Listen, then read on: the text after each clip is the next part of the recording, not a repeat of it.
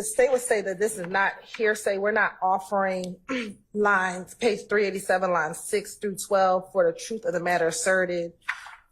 When you go back to page 386, Mr. Copeland, I think it's around here, he starts to explain that he never had an issue with Donovan Thomas, like that they've had conversations with each other.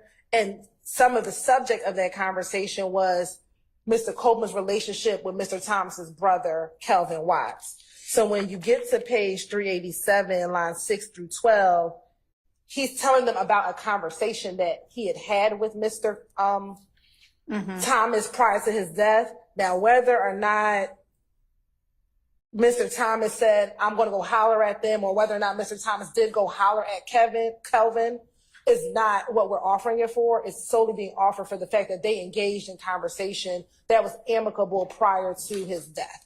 And so we're not offering it for the truth of the matter asserted. All right, so it's on 386 where he's talking about actually having the conversation with Mr. Thomas, right? Yes. Okay, and that's fine. That's not objectionable to the defense. So the part that they're objecting to is the part where, I guess, who is it that's walking up and saying this?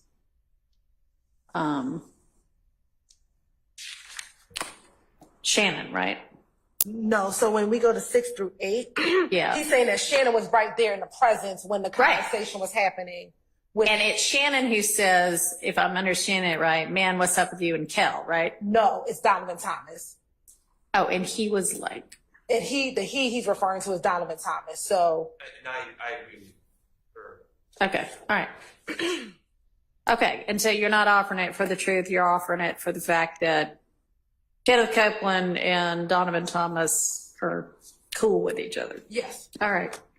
Well, I mean, that already comes out in 386 that they had a conversation. My objection is when Kenneth says what Donovan Thomas said, allegedly said, which is, man, I'm gonna holler at N-word and I'll let you know what's up. Because it's giving the impression that, and it is coming in for the truth of the matter asserted, that Mr. Thomas was playing the role of peacemaker. All right. And so I'm sorry, I don't mean to interrupt, just for purposes of keeping the record clean. So now what we're really talking about is just lines 10 through 12 of 387, right? Okay. So in that, they're saying, hey, man, you got to be offering that for the truth. I mean, they make their point without, the point that they're claiming to be trying to make is made without that last part.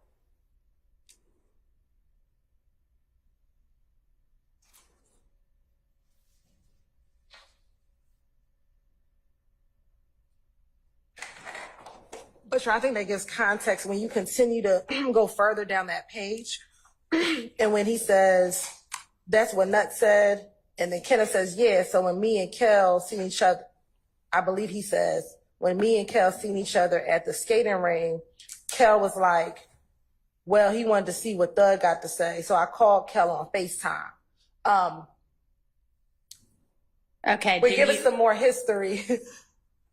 In the week leading up to Donovan Thomas's murder, there are a couple of events that occurred. I actually am already familiar with the skating rink event. So it appears that on that Sunday, Kenneth believes, based upon his interactions with Donovan, that him and Kel are cool. And matter of fact, they actually do talk and have a conversation.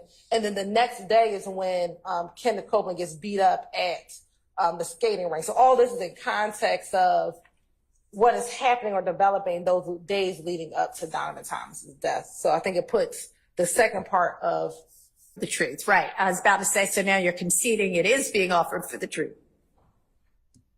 Not whether or not he hollered at him, but the fact that they just had this conversation, whether or not, because we don't know if he hollered at him or not. We just know that something may have occurred, then they saw each other the next day.